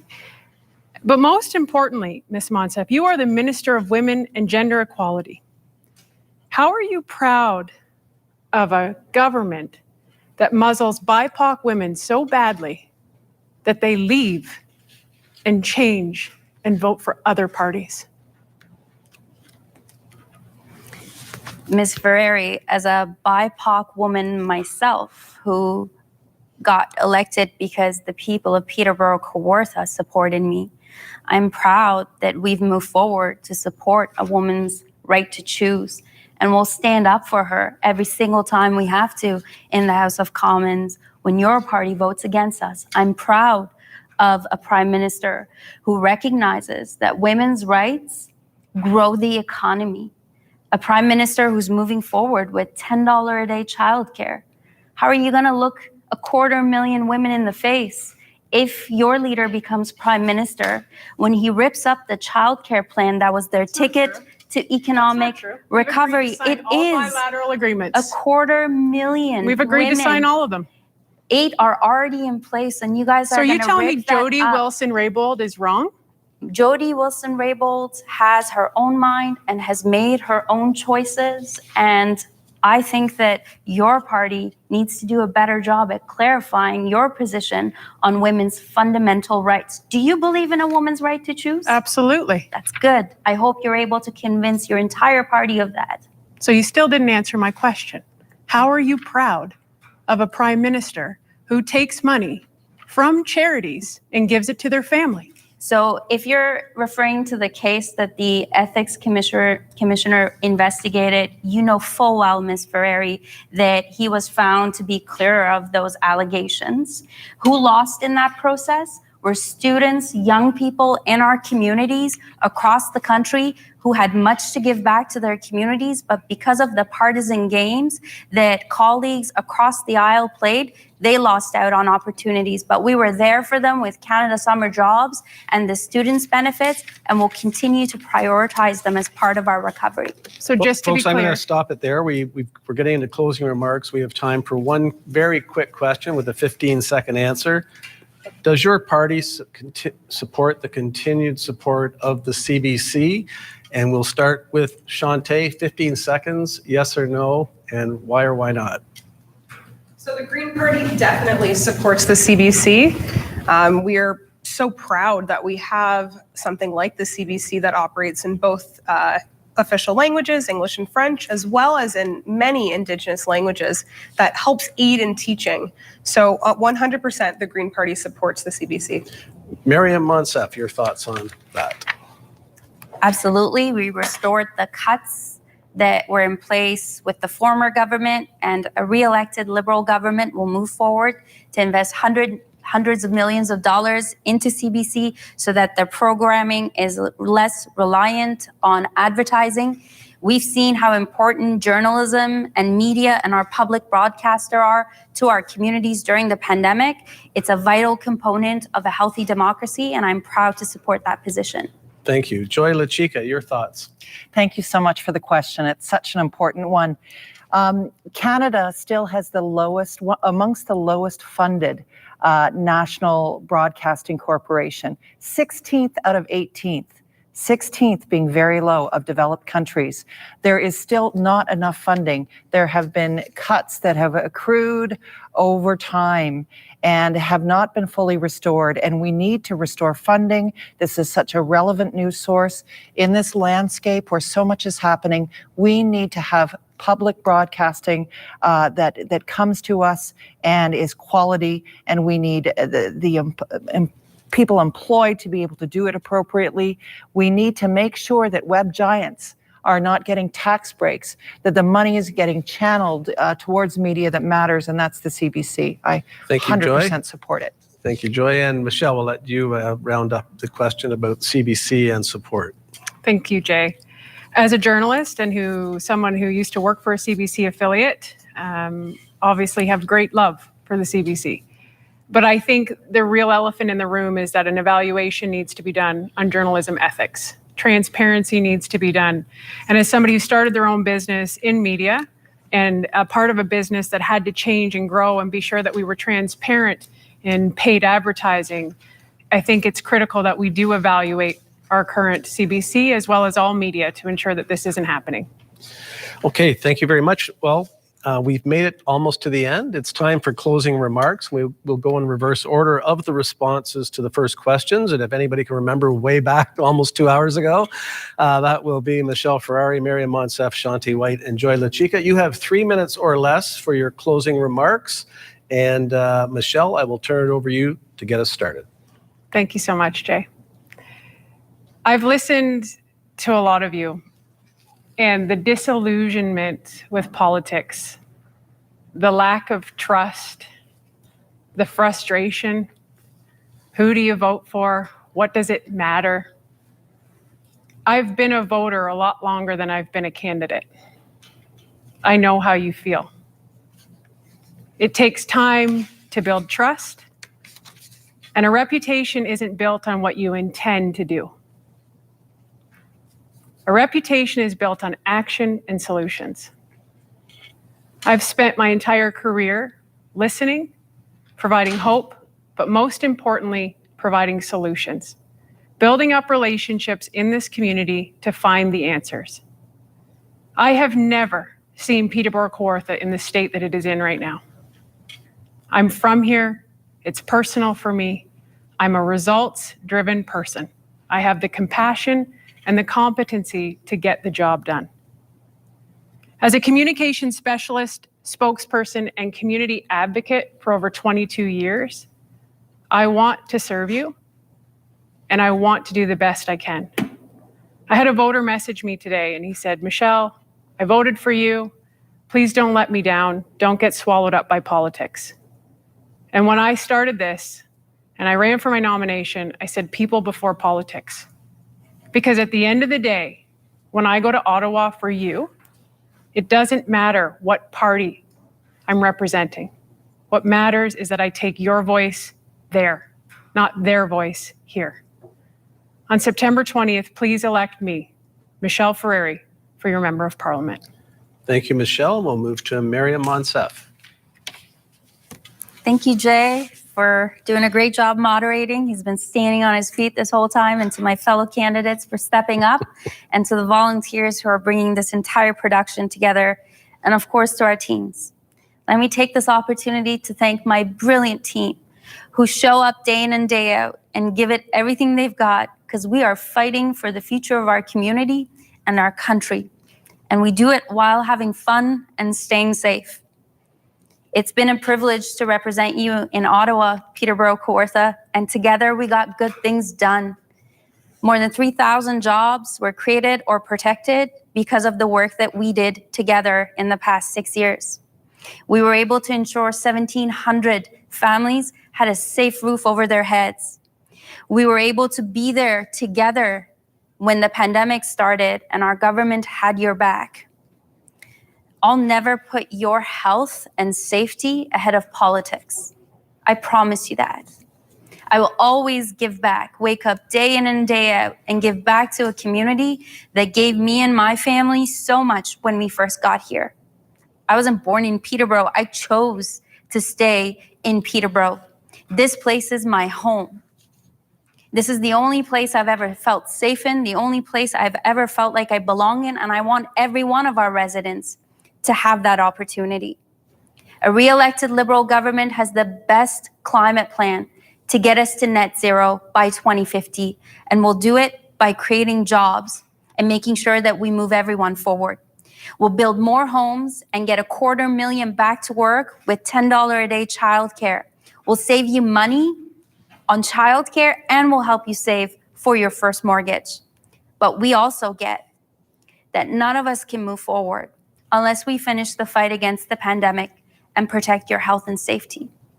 Thank you for letting me be your voice in Ottawa for 6 years. I'm not done fighting for you. On September 20th, I ask for your vote. Great. Thank you, Miriam. And we'll move to Shante White. I want to first thank all of the organizers, Your TV, the volunteers, my fellow candidates for coming out tonight and showing Peterborough Kawartha what your options are heading into this election. By now, you've probably realized that I'm the improbable candidate, but Canada is an improbable country. If you believe you should vote with your hopes and not your fears, then I'm asking you to vote green. If you believe we should let fear-mongering give way to hope-mongering, then vote green. When I go door to door, I often hear from seniors that when they die, they want to leave their family with a better legacy. One senior told me as I was canvassing that she'll be voting green in this election because she wants to leave a good legacy to her family. Because if we don't confront this existential threat head on, it'll be the children and the grandchildren who are the biggest losers.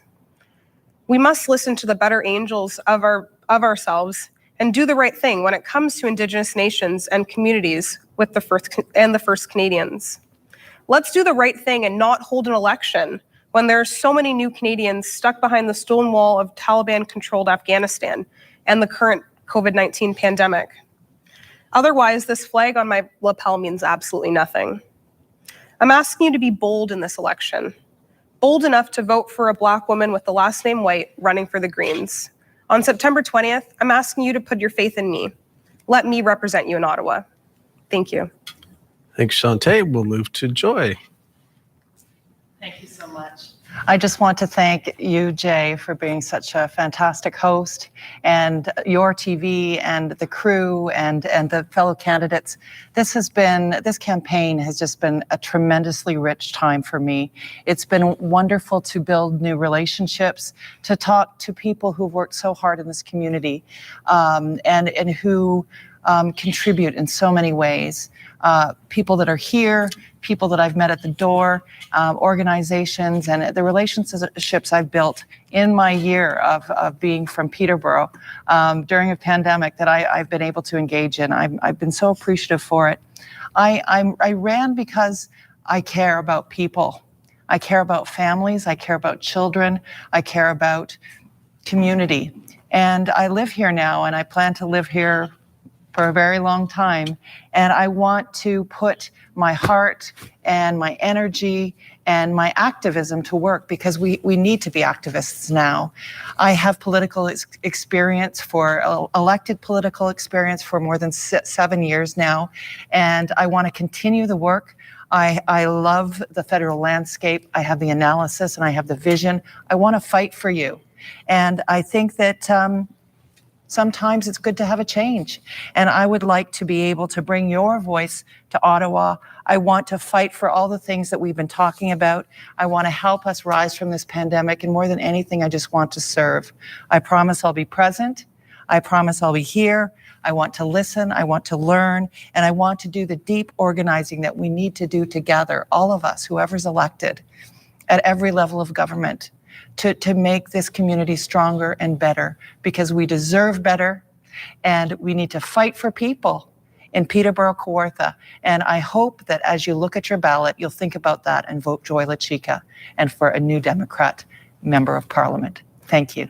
Great. Thank you, Joy. And thank you to all our candidates as we wind down. I did appreciate the comment, and I do appreciate everybody was stood for 4 hours. I have a chair. You'll notice I didn't use it in solidarity, and I wanted to, but thank you all for taking the time, for being on the campaign trail, for spending time with Your TV on Your Vote. Our audience is interested. We heard some new things tonight. We had some great engagement. We really do appreciate it. I do have one last question, and you can answer it with a yes before we close. If elected as our MP for Peterborough-Kawartha, will you be the first guest in the new season of Politically Speaking in late September? Yes. Sure thing. Of course. Absolutely. Very good. David, you got that? It might be September 29th. We're trying to get away from Zoom, but if we have to, we'll Zoom you in. It's a great option. And the other good news is sometimes we do tape it rather than do it live. So I hope to have engaged with all of you, whatever may happen on September 20th. I want to remind people to get out and vote. If you haven't done it already, we had lots of people out to advance polls, but that option's now closed. But in just a few days, whenever you're watching this, you'll get a chance to vote for one of these candidates and the two you heard from earlier on today. I really want to thank our crew here at Your TV, volunteers, and Your TV staff for helping make my job easy. And our producers, Dan, David, and Joanna. We've been off the air for a while, and what a great way to come back in and hit the ground running. I'm not going to complain about my schedule in front of you guys, but you've still got a ways to go. We're in the end run here to the election, and I do wish you all the best on the election trail.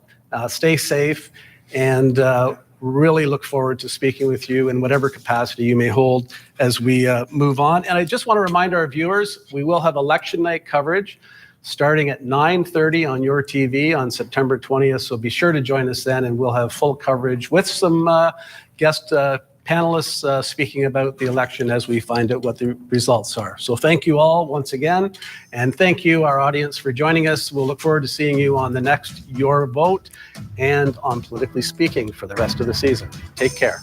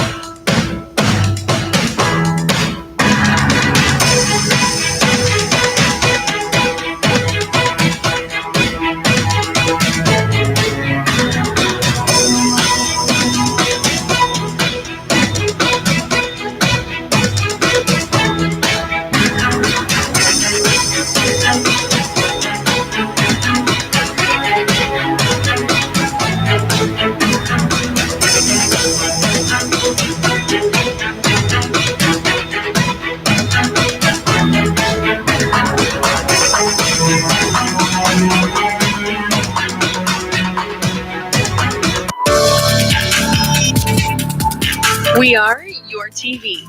Connect with us. Your TV, truly local. We are your home for local election night results.